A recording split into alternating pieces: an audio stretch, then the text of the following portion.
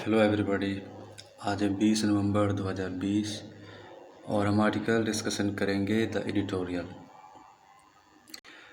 तो editorial article आपके UPSC mains paper के लिए बहुत ही इम्पोर्टेंट है और ये कवर करेगा यूपीएससी के मेंस पेपर को और स्टेट पीसीएस के पेपर को कवर करेगा। वैसे भी अगर आप डेली एडिटोरियल आर्टिकल फॉलो करते हैं तो आपके पास एक कॉम्प्रिहेंसिव थिंकिंग पैदा होती है ओवरऑल जो ग्लोब में हो रहा है। तो ये कॉम्प्रिहेंसिव थिंकिंग आपके पेपर में लिखने के काम आता है, ठीक है। और ओवरऑल चूँकि जितने भी क्वेश्चन बनते हैं वो सब क्वेश्चन करंट अफेयर से ही रिलेटेड होते हैं, जितने भी क्वेश्चन हैं। और जो भी क्वेश्चन का आंसर आप लिखिए उस क्वेश्चन में करंट अफेयर के एस्पेक्ट डालना बहुत ज़रूरी होता है ना, कि आप जो बीत चुका है और जो प्रेजेंट है उससे आप कैसे रिलेट करते हैं, क्योंकि जो प्रेजेंट समस्या है वो प्रेजेंट समस्या का कहीं ना कहीं लिंक पास्ट से होता है, ठीक है। तो पास्ट से अगर लिंक करना अगर आपको आ जाएगा तो आपको जब उसकी पास्ट पता होगा तो उसका वजह भी पता होगा कि वो समस्या क्यों है, और जब आपको ये पता होगा कि वो समस्या क्यों है, उसकी वजह, देन आप उसके लिए क्या सॉल्यूशन हो सकता है वो भी फाइंड आउट कर सकते हैं, है ना। तो ये चीज़ इम्पोर्टेंट है, देखिएगा। तो आर्टिकल है पहला, कंट्रोलिंग एयर पॉल्यूशन। तो एयर पॉल्यूशन बहुत बढ़ जाता है ठंडी आने से पहले, ख़ास तौर से नॉर्दर्न भारत में, उत्तरी भारत में ये पॉल्यूशन बहुत बढ़ जाता है। और जब ये पॉल्यूशन और सुहावना हो जाता है जब दिवाली आ जाती है और जब पंजाब के साइड में पुआल को जलाया जाता है खेत को तैयार करने के लिए, गेहूं को धान काट करके गेहूं उगाने के लिए, तो पुआल को जलाया जाता है। तो वो सब जितने भी जो बर्निंग डस्ट है सब जो है उत्तर से पश्चिम की तरफ जो है ट्रैवल करना शुरू कर देती है। और ये फिर क्या होता है, ये एक बहुत ही भयावह स्थिति दिल्ली के आसपास के इलाकों में पैदा कर देती है। तो इसके लिए देखिए बहुत सारे मेजर उठाए गए हैं। सुप्रीम कोर्ट, जुडिशरी ने भी जो है गाइडेंस किया है, गवर्नमेंट ने भी इसके लिए कुछ गाइडलाइन जो है इशू की गई है। तो एक इससे पहले आर्टिकल मैंने आपको बताया था कि हमारे जो पॉल्यूशन कंट्रोल बॉडी है, चाहे वो सेंटर में है चाहे वो स्टेट में है, तो पॉल्यूशन कंट्रोल बॉडी स्टेट और सेंटर दोनों को मिक्स करके प्रेसिडेंट ऑफ इंडिया ने ये एक गठन किया, एक बॉडी को गठन किया। और इसका यही इनको रिस्पॉन्सिबिलिटी दी गई कि पॉल्यूशन को वॉच करना है और किस किस जगह से कितना पॉल्यूशन है और क्या हम स्टेप मेज़र उठा सकते हैं, तो वो करना है। तो ठीक है, तो गवर्नमेंट की तरफ से भी, जुडिशरी ने भी जो है गाइडलाइन कुछ दिए हैं। तो ये चीज़ें के बावजूद भी देखिए कि पॉल्यूशन के सोर्स कहाँ है और कहाँ कहाँ से पॉल्यूशन आ रहा है, तो ये फाइंड आउट जो है इसको सॉल्व करना पड़ेगा। तो पहला ये है कि सबसे ज़्यादा पॉल्यूशन जो पैदा होता है, बिगेस्ट सोर्स है पॉल्यूशन का, कुकिंग फायर। पकाने के लिए जो आग का इस्तेमाल करते हैं तो इससे जो है पॉल्यूशन ज़्यादा होता है। कोल फायर, कोयला जलाते हैं पावर प्लांट में बिजली पैदा करने के लिए, इससे पॉल्यूशन बहुत ज़्यादा पैदा होता है। वेरियस इंडस्ट्रीज़ में इस्तेमाल किया जाता है कोल को, तो यहाँ से पॉल्यूशन बहुत पैदा होता है। जब क्रॉप रिड्यूस जला दिया जाता है, क्रॉप रिड्यूस जलाया जाता है, तो इससे बहुत बड़ी पॉल्यूशन पैदा हो जाती है। व्हीकल्स जो कि पेट्रोल और डीजल का इस्तेमाल करती है, और धूल गर्द जो सड़कों पर उड़ती है, ये आबो हवा को बहुत ही ज़्यादा पॉल्यूटेड कर देता है। तो कहा जा रहा है कि अब इनमें से कुछ पॉल्यूशन ऐसे हैं कि जो सीजनेबल है या फिर कुछ ना कुछ रीजनेबल है, लेकिन कुकिंग फायर जो भी है या फिर कोयल का इस्तेमाल कर रहे हैं जिस उद्योगशाले में भी, और या फिर पकाने के लिए ही, तो वो पॉल्यूशन का सबसे बड़ा मीन्स है। कंट्री में सबसे ज़्यादा पॉल्यूशन इसी वजह से फैल रहा है। अब बर्निंग पुआल की अगर हम बात करें, क्रॉप रिड्यूस की बात करें, तो ये सीजनल फिनोमेना है। हमने कहा कि जो है जब धान को काटा जाता है तो जल्दी से किसान जो है गेहूँ बोना चाहते हैं, तो गेहूँ बोने से पहले वो जल्दी से खेत तैयार करने के लिए उसको जला देते हैं, क्रॉप रिड्यूस को जला देते हैं। और वो क्रॉप रिड्यूस क्या होता है कि वो हवा के थ्रू ट्रैवल करके नॉर्दर्न से इधर आगे बढ़ जाता है दिल्ली के, और फिर बाकी के इलाकों में जो है फैल जाता है। फिर एक जो है कह लें कि स्थिति पूरी पॉल्यूटेड हो जाती है। ठंडे से पहले दिल्ली में पॉल्यूशन का लेवल बहुत बढ़ जाता है। ठीक है। अब यह है कि ये तब तक रहता है जब तक कि समर ना आ जाए, मतलब जब तक गर्मी ना आ जाए तब तक ये पॉल्यूशन जो है वो पुआल वाला तब तक वहाँ रहता है। तो अब इसके लिए क्या मेज़र लेना चाहिए, अब डील क्या करना चाहिए? पॉल्यूशन के मीन्स तो पता चल गए, अब इसके डील क्या करना चाहिए, कैसे करना चाहिए? तो देखिए, सबसे पहला है कि टेक्नोलॉजी जो अभी हम इस्तेमाल कर रहे हैं, अपने उस टेक्नोलॉजी से हम पॉल्यूशन को ट्रेस नहीं कर पा रहे हैं। ठीक है। तो पॉल्यूशन को ट्रेस करने के लिए फ़र्स्ट ऑफ़ ऑल हमारी टेक्नोलॉजी को रिप्लेसमेंट करना चाहिए। अभी जो तरीक़ा से हम पॉल्यूशन को ट्रेस कर रहे हैं, तो वो तरीक़ा पहले ठीक करें, पहली बात। और फायरवुड जो इस्तेमाल होता है, लकड़ियों का इस्तेमाल खाने पकाने के लिए, गोबर के या फिर गोईठे का इस्तेमाल या फिर कर रहे हैं, किचन में इस्तेमाल कर रहे हैं, तो ये सब को बदला जाए एलपीजी गैस से। ठीक है। एलपीजी गैस या स्टोव से इसको परिवर्तन किया जाए। फ़र्स्ट ऑफ़ ऑल ये मेज़र उठानी चाहिए, टेक्नोलॉजी चेंज कीजिए। और नेक्स्ट फायरवुड को और डंग जो गोबर रिड्यूस को जला रहे हैं या फिर किचन में खाने पकाने के लिए इस्तेमाल करें, तो एलपीजी सिलेंडर से इसको चेंज किया जाए।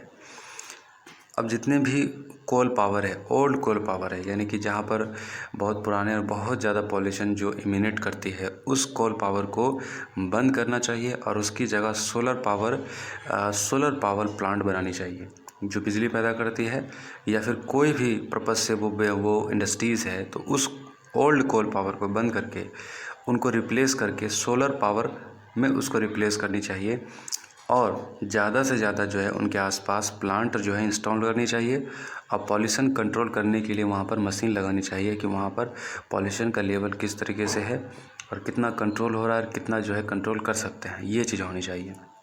नेक्स्ट है कोयल पावर, जो कोयला जला करके जो पावर बिजली हम पैदा कर रहे हैं, इसको हम रिन्यूएबल एनर्जी में बदल दें, यानी कि जो सस्ता भी पड़ेगा और हमारे लिए अच्छा भी रहेगा।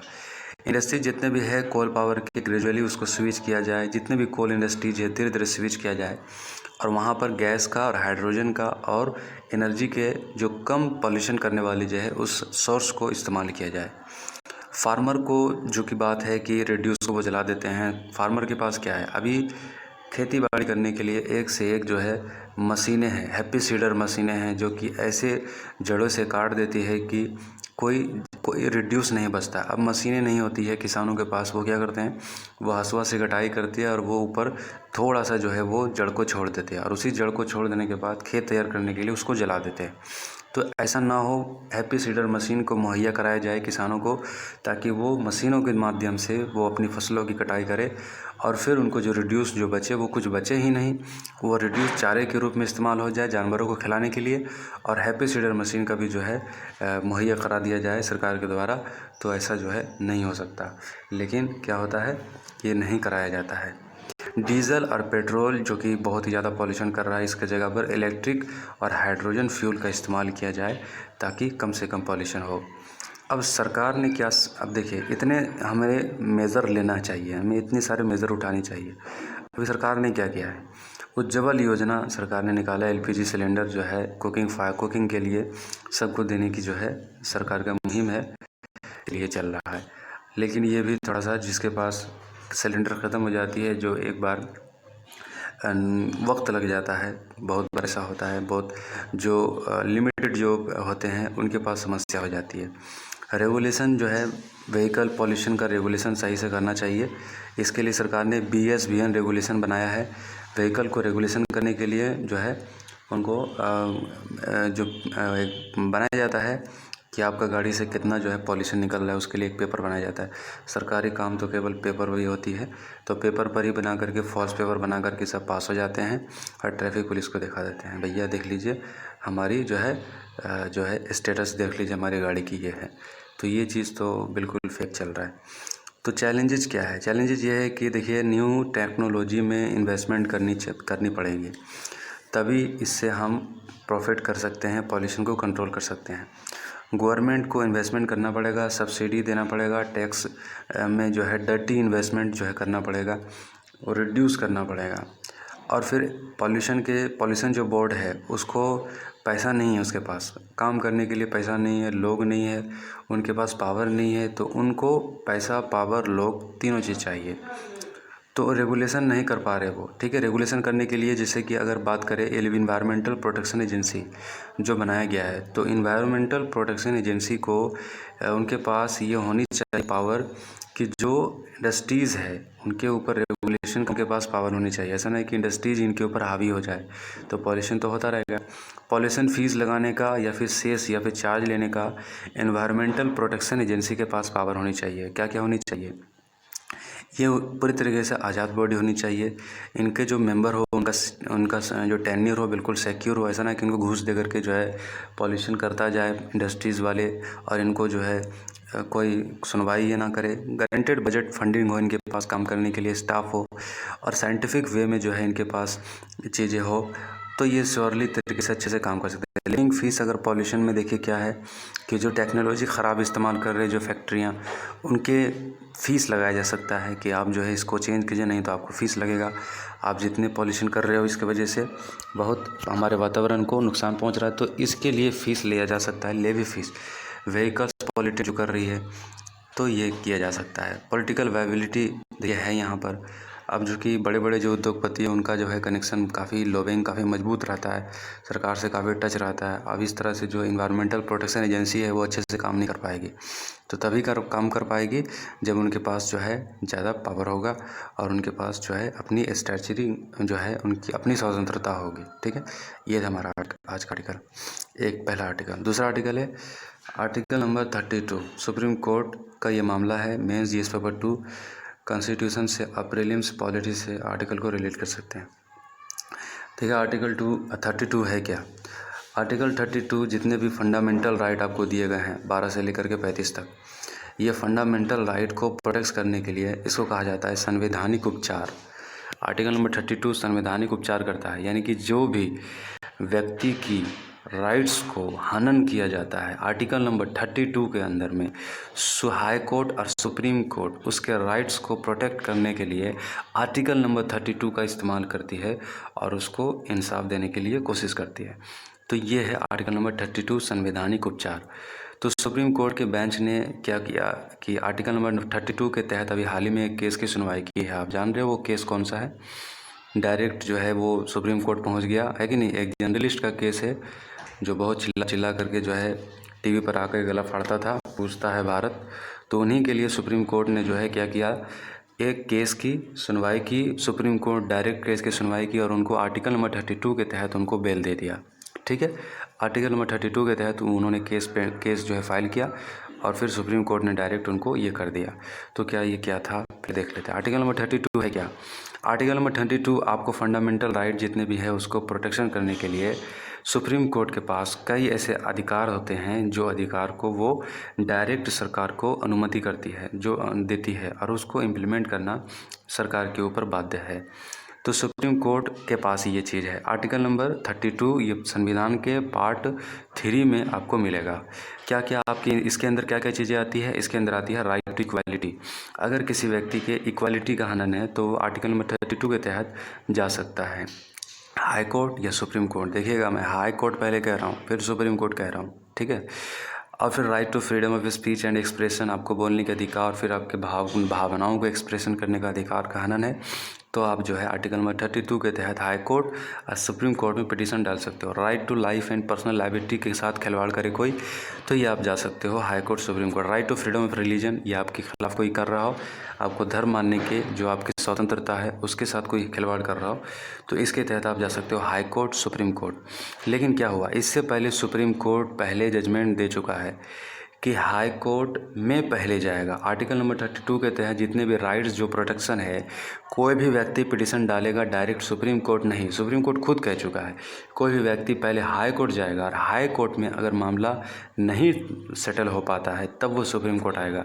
लेकिन पूछता है भारत वाले व्यक्ति के साथ क्या हुआ, वो हाई कोर्ट, महाराष्ट्र के हाई कोर्ट से सीधा वो केस कहाँ चला गया, अभी तक वहाँ सुनवाई हो ही रही थी, पिटिशन वहाँ नहीं किया गया, सीधा सुप्रीम कोर्ट पहुँच गया और सुप्रीम कोर्ट ने उनको जो है बेल दे दी है। ठीक है, तो ये चीज़ होगा। तो ड्राफ्ट कमेटी ने कहा था कि फंडामेंटल राइट जो है ऐसे राइट है कि जिसको इमरजेंसी के टाइम में भी जो है सुनवाई कर सकती है। आर्टिकल नंबर 32 के तहत आर्टिकल नंबर 32 पावर है, इनके तहत जो है कई सारे ऐसे पावर है जिनको सुप्रीम कोर्ट के पास होता है, हाई कोर्ट के पास होता है। रिट्स जारी करने का मतलब क्या होता है, रिट जारी कर सकता है सुप्रीम कोर्ट, जैसे कि वो 5 तरह के रिट्स है तो जारी कर सकता है। पहला है हेबियस कॉर्पस। हेबियस कॉर्पस ऐसा रिट होता है जिसमें कि बंदी प्रत्यक्षीकरण, यानी कि जिस व्यक्ति को आपने अरेस्ट किया है उसको हाजिर कीजिए और उसका जुर्म प्रूफ कीजिए कोर्ट में। अगर नहीं कर पाते तो सुप्रीम कोर्ट या हाई कोर्ट उसको बेल कर देती है। हेबियस कॉर्पस का मतलब होता है कि बंदी प्रत्यक्षीकरण, व्यक्ति को सुप्रीम कोर्ट या हाई कोर्ट में लाया जाता है और अगर वो वाकई में वो रॉन्गफुल अरेस्ट है, गलत तरीके से आपने अरेस्ट कर लिया है, तो उस व्यक्ति को छोड़ना पड़ता है। सुप्रीम कोर्ट ऑर्डर देता है, छोड़ देती है वहीं पर। ठीक है। और दूसरा रिट जारी होता है मंडमास। यह क्या होता है, इसमें सरकार के स्टैचुरी बॉडी को जो है जो गलत एक्टिविटी है उसको ऑर्डर देती है, सुप्रीम कोर्ट ऑर्डर देती है और उनको डायरेक्शन देती है, तो उसके अंदर जो है उनको आना पड़ता है। वारंटो मतलब किसी व्यक्ति के ऑफिस या किसी के घर की तलाशी लेनी है तो ये वारंटो बंदी प्रत्यक्षीकरण पहले सुप्रीम कोर्ट देती है कि भैया पहले मुझसे ऑर्डर लो तब जा कर के उसकी जो है घर में छापा मारना। ठीक है, अगर सबूत नहीं है तो। प्रोहिबिशन यानी कि उस व्यक्ति के जो है अथॉरिटीज़ क्वाजी जुडिकल प्रोसीडिंग विच जुडिशन सेट, तो ये क्या है, व्यक्ति को सुरक्षा देता है, मतलब न्यायिक सुरक्षा प्रदान करता है। प्रोहिबिशन करता है, व्यक्ति को न्यायिक सुरक्षा प्रदान करता है। और नेक्स्ट है सेरिटरी। इसमें क्या होता है, री एग्जामिनेशन, जिस व्यक्ति के साथ अगर किसी हाई कोर्ट में या फिर नीचे कोर्ट में या फिर कुछ नाइंसाफ़ी हुई है तो उसको फिर से जांच किया जाता है कि वाकई में अथॉरिटीज़ ने इनके ऊपर जुर्म किया है या फिर इनके ऊपर जो जुर्म है वो वाकई में सही है। तो आर्टिकल नंबर 32 के तहत सुप्रीम कोर्ट रिट जारी कर सकती है और रिट के तहत उनकी सुनवाई कर सकती है। उनको सुप्रीम कोर्ट और हाई कोर्ट को पूरा पावर होता है। तो ठीक है, तो ये था आज का आर्टिकल हमारा। तो देखते हैं, अच्छा लगा तो लाइक कीजिए, ठीक है, शेयर कीजिए। Thank you.